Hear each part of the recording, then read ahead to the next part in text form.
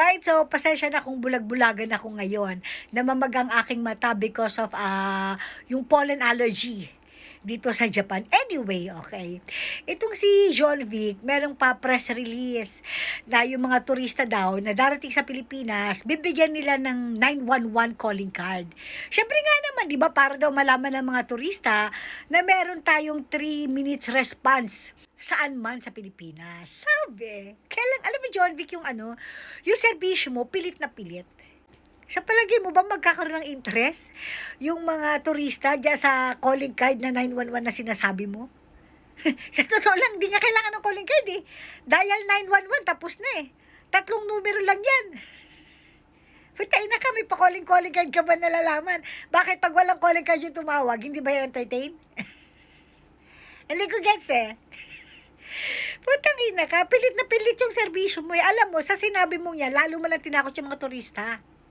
Kasi, ibig ang ibigay mo, calling card o discount card para sa mga magagandang tourist spot na Pilipinas, ang ibibigay mo, calling card ng 911. So, pagdating sa Pilipinas, meron posibilidad na sila ay masangkot sa krimen.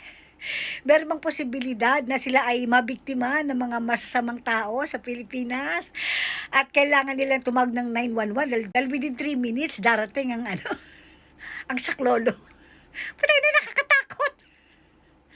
Pupunta ka sa isang bansa, magtutur ka, tapos ang ibibigay sa iyo 911 calling card. O kung man mangyari sa inyo, tumawag kayo sa 911. In 3 minutes, darating kami.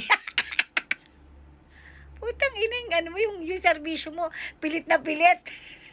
Maka-epal ka lang. Putang ina ka, John Vic.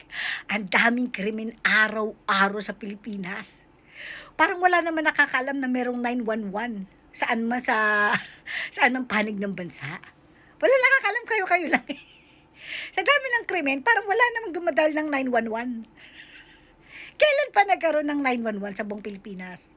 Kasi naalala ko, nung nilaunch nyo, yung 911 na yan, piling lugar lang, Manila, parang Cebu, basta parang 3 lugar no? Of course, maliban sa Davao, dahil sa Davao naman talaga, may 911, maraming salamat kay PRRD.